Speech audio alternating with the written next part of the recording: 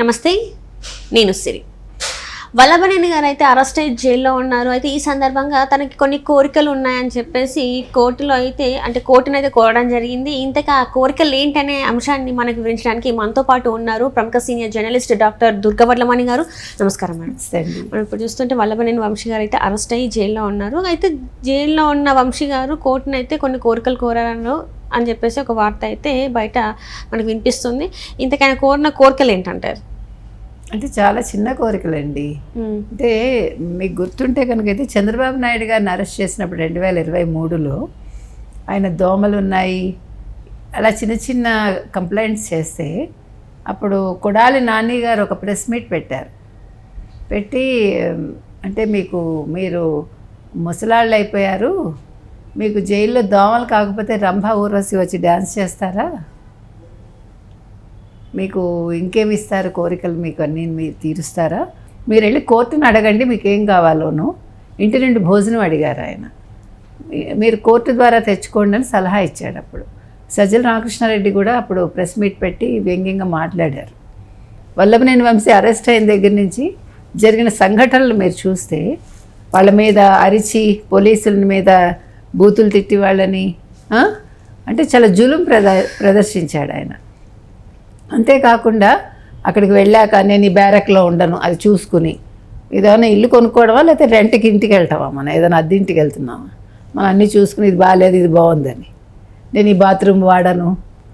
మరి వీళ్ళందరూ ముందుగా అసలు ఒక రూమ్ కట్టించుకోవాల్సిందేమో ఏదైనా వీళ్ళ డొనేషన్ ఇచ్చి జైల్లో కదా. అంటే అలాంటి సదుపాయం ఉంటే ఆ పని చేసేవాళ్ళేమో వైసీపీ వాళ్ళందరూ. అంటే ముందుగానే యాంటిసిపేట్ చేసి వీళ్ళు ఎలాగ మనం జైలుకి వెళ్తాం సుమా అని ఒక కొత్త జైలు ఒకటి కట్టించేసుకుని మొత్తం ఎంతమంది ఉన్నారు ఎమ్మెల్యేలు ఎంపీలు అందరూ కూడా అందరికీ ఒక బెస్ట్ రూమ్ వచ్చి జగన్మోహన్ రెడ్డికి. ఆయనకంతా ప్యాలెస్ సౌకర్యాలు కావాలి కదా, అందులో ఒక 13 లక్షలతోటి ఒక టాయిలెట్ కట్టుకుని బంగారంతో జైల్లో మొత్తానికి మళ్ళీ మీరు కూడా ఏంటంటే జైల్లో కూడా ఒక 500 కోట్లతోనే ఒక చిన్న జైలు నిర్మించి ఉంటే ఈరోజు ఈ కష్టాలు వచ్చి ఉండవు రాష్ట్రానికి అంటారు. అంటే ఈ కష్టాలు రాష్ట్రానికి ఎందుకు కష్టాలు, పాపం వల్లభనేని వంశీ గారికి వాళ్ళ ఆవిడ బయటకు వచ్చి ప్రెస్ మీట్లు పెట్టి తెగ హైరాణ పడిపోతున్నారు కదా. నాకు జగన్మోహన్ రెడ్డి గారు ఫోన్ చేశారు, జగన్మోహన్ రెడ్డి గారు అండ ఉంది, జగన్మోహన్ రెడ్డి గారు స్క్రిప్ట్ ఇవ్వడు ఇట్లా ఫాలో అప్ చేసి, ఇంకా జగన్మోహన్ రెడ్డి గురించి పూర్తిగా వాడికి అర్థం కాలే, మిమ్మల్ని బాగా వాడుకుని మీ సేవలు ఆయన దాని మీద మళ్ళీ ఎలానే ముఖ్యమంత్రిని అవ్వాలని ఒక స్కెచ్ చేసుకుంటాడని ఇవిడికి అర్థం కావట్లే.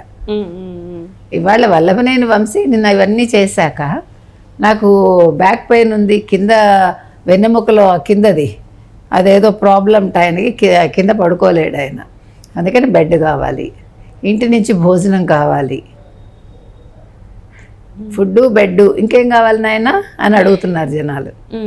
వల్లభనేని వంశీ మీ కోరికలు ఇంకేంటి చెప్పండి, జైలు అధికారులు ఉన్నది వీటి కోసమేను, మీ చేత నిజాలు కక్కించడానికి కాదు మీకు సకల సదుపాయాలు చేకూర్చడానికి అని చెప్తున్నారు. ఎందుకంటే ఇప్పుడు ఆయనకి అంటే ఇంటి ఫుడ్ అంటే బిర్యానీ కావాలేమో, బిర్యానీ లేకపోతే నాలుగుకి పాపం నరాలు లాగేస్తాయేమో. సో ఇప్పుడు ఏంటి ఇంకా నెక్స్ట్ ఏంటి అడుగుతాడో ఆయన చూడాలి మనం. వాళ్ళ ఆవిడ గారు కూడా మా ఆయనకు ఇంకా ఒంట్లో బాగాలేదు, రోగాలు ఒంటి నిండా భలే ఉంటాయండి, అసలు అరెస్ట్ అవ్వగానే రోగాలు భలే వస్తాయే. ఇప్పుడు ఈరోజు కూడా మన జగన్మోహన్ రెడ్డి గారు మరి వల్లభనేని వంశీ గారిని కలవడానికి వెళ్తున్నారు కదా, ములాఖాత్లో కలవడానికి వెళ్తున్నారు. మరి ఇప్పుడు అక్కడ ఏం మాట్లాడే అవకాశం ఉందంటారు? అంటే ఇప్పుడు వల్లభనేని వంశీ పంకజశ్రీ గారు ఆలోచించుకోవాలి. వల్లభనేని వంశీ దగ్గరికి జగన్ వెళ్తున్నాడంటే మీరు సీసీటీవీ కెమెరాస్ ఉంటాయి కదా, 60 కెమెరాలు పెట్టారని ఆవిడ అంది. ఇంకోటి ఏంటంటే తెర వేశారు. ఎందుకు వేశారంటే ఆయనకి ప్రాణహాని ఉంది అని ఆవిడ రోజు గొడవ పెట్టేస్తుంది కదా, వల్లభనేని వంశీకి ప్రాణహాని ఉందని. అంటే అన్ని కేసులు ఉన్నాయి ఆయన మీద. ఇప్పుడు ఆయన్ని సత్యవర్ధన్ కిడ్నాప్ కేసులో అరెస్ట్ చేశారండి, SC ST అట్రాసిటీ కేసులో చేశాక ఇంకా అతని మీద 16 కేసులు ఉన్నాయని తెలిసింది. అవి కాకుండా ఇంకొక 2 కేసులు కొత్త వచ్చాయి. సో ఇప్పుడు ఆయన ప్రాణహాని ఉంది కదా, ప్రాణహాని దేనివల్ల ఉంది, ఈ కేసు వల్ల లేదు. ఆయనకి ప్రాణహాని ఆయన చేసిన తప్పిదాల వల్ల, ఆయన చేసిన వెధవ పనుల వల్ల ఆయన మీద ప్రాణహాని ఆయనకుంది. కాకపోతే ఏంటంటే ఇప్పుడు జగన్మోహన్ రెడ్డి వచ్చి ఏం సలహా ఇస్తాడు అనే దానికి సీసీటీవీ కెమెరాస్లో ఆడియో ఉంటుంది కదా, కొత్తగా ఆడియో పెట్టించాలి. ఆయన ఏం సలహాలు ఇస్తున్నాడు, ఏం చెప్తున్నాడు, ఏదైనా చిన్న చిన్న ఆయుధాలు ఇస్తాడా, అంటే నువ్వు ఇలా కోసేసుకో లేకపోతే ఇలాగ పొడి చేసుకోని అన్న సలహాలు ఇస్తాడా. క్రిమినల్ మైండ్ కదా, ఏమైనా చేయొచ్చు చెప్తాడు కదా. ఆయన ఆల్రెడీ చెప్తున్నాడు కదా, ఏముంది 3 నెలలు బయటకు వచ్చేస్తారని. అంటే అంత ధీమాగా ఉన్నారు వాళ్ళు. ఏముంది ఇట్లా వెళ్ళి అలా వచ్చేస్తాం, ఏదో అత్తగారి ఇల్లు లాగా. అంటే అట్లనే ఎస్సీ ఎస్టీ కోర్టులో కూడా బెయిల్ పిటిషన్ కూడా దాఖలు చేసినట్టు మరి తెలుసు. ఎస్సీ ఎస్టీ కోర్టులో ఆయన బెయిల్ పిటిషన్ కూడా దాఖలు చేశారు. అదే కాకుండా ఎందుకు అడిగాడంటే ఎప్పుడో జనవరి 21, 2024లో పాండురంగారావు అని ఒక రియల్ ఎస్టేట్ వ్యాపారి ఒక కేసు పెట్టాడు ఈయన మీద. ఆ కేసుకి ముందస్తు బెయిల్ దాని మీద కూడా అడిగాడు ఈయన. అది కాకుండా ఇప్పుడు మొత్తం 11 మంది నిందితుల్లో ఆల్రెడీ 5 లొంగిపోయినట్టున్నారు, ఇంకొక 2 నిన్న లొంగిపోయారు. సో ఇప్పుడు సెక్షన్ 154 ప్రకారం ఏదో వాళ్ళు దీని మీద మొత్తం ఇవాళ జరుగుతోందన్నమాట. ఇప్పుడు సత్యవర్ధన్ని అతని దగ్గర వాంగ్మూలం తీసుకున్నారు. దాని ప్రకారం నిన్న 2 గంటలు అతన్ని ప్రత్యేకంగా కూర్చోబెట్టి జడ్జి గారు ఆ న్యాయాధికారే మొత్తం రికార్డ్ చేస్తుంటారు. నిన్న 2 hours తలుపులన్నీ వేసేసి అందరినీ పంపించేసి. సో నిన్న వాంగ్మూలం కూడా అయిపోయింది. అంటే వీళ్ళు అన్నారు కదా, మీరు సత్యవర్ధన్ని పిలవండి, మీరు అతని దగ్గర నిజాలు సేకరించండి అని. నిన్న అది కూడా జరిగింది. సో ఇప్పుడు వల్లభనేని వంశీకి ఏంటంటే ఆయన ఇంకా ఏదో నేను ఎమ్మెల్యే అనుకుంటున్నాడు, జగన్మోహన్ రెడ్డి ముఖ్యమంత్రి అనుకుంటున్నాడేమో మనకు తెలీదు. కాదమ్మా, నువ్వు మాజీ ఎమ్మెల్యేవి, ఆయన మాజీ ముఖ్యమంత్రి అని మనం చెప్తున్నాం. ఎందుకంటే లేకపోతే అంత చిందులేయటం ఏంటి అసలు. నిన్న ఆయన అరెస్ట్ చేసిన దగ్గర నుంచి మీరు చూసారు ఎట్లా జరిగిందో. ఫోన్ ఇంతవరకు రాలేదనుకుంటా, ఫోన్ ట్రేస్ అవుట్ చేయలేదు ఇంకా. ఇప్పుడు వీళ్ళెవ్వరూ తప్పు చేయలేదబ్బా, మీరు చెప్పినట్టుగా పంకజశ్రీ గారు అంటోంది కదా మా ఆయన తప్పు చేయలేదని. జగన్మోహన్ రెడ్డి ఏమన్నా అంటే పులుగడిగిన ముత్యాల్లో బయటకు వచ్చేస్తారు మా వాళ్ళందరూ, అందరూ అమాయకులు అలా ఏదో చెప్తాడు ఆయన. ఇప్పుడు మనం ఒకటే అడుగుతున్నాం, మీరు ఎందుకు మరి సెల్ ఫోన్ దాచిపెట్టారు? ఏ తప్పు వంశీ చేయలేదు, ఫోన్ ఇవ్వండి విచారణకి, నిజానిజాలు బయటకు వస్తాయిగా. అందులో మీరు ఏ తప్పిదాలు లేకపోతే, మీ ఫోన్లో ఏ కాన్వర్జేషన్స్ లేకపోతే, ఏ మెసేజ్లు కానీ ఏ ఫొటోస్ కానీ లేకపోతే, ఏ వీడియోస్ కానీ, మీరు ఎందుకు ఫోన్ దాచిపెట్టారు? కవిత కూడా అదే చేశారు కదా గతంలో, లిక్కర్ స్కామ్లో 11 ఫోన్ల పని వాళ్ళకి ఇచ్చేస్తారు వీళ్ళందరూ. అంటే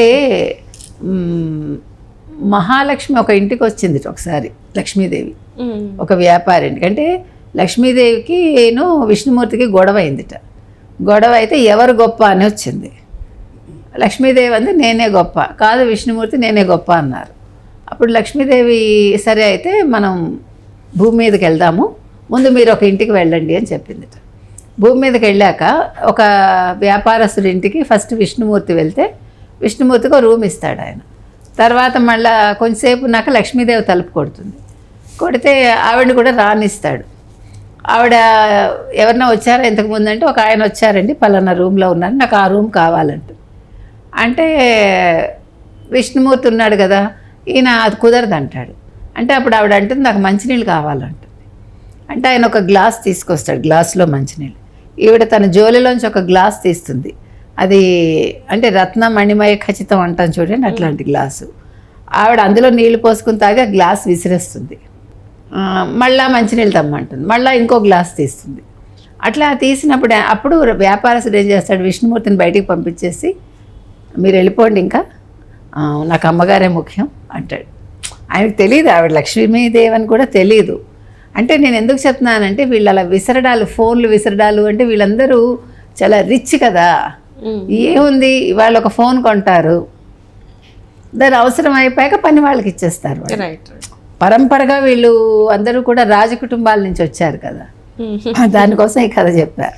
అట్లాగా మొత్తానికి మరి వంశీ గారిది రేపు మంగళవారానికి వాయిదా పడినట్టుంది. చూద్దాం ఏం జరుగుతుందో. ఆయనకి మరి ఫుడ్ ఇస్తారా, బెడ్ ఇస్తారా, ఇంకేమి ఇస్తారు అనేది తెలియదు. Right madam, right. Thank you so much.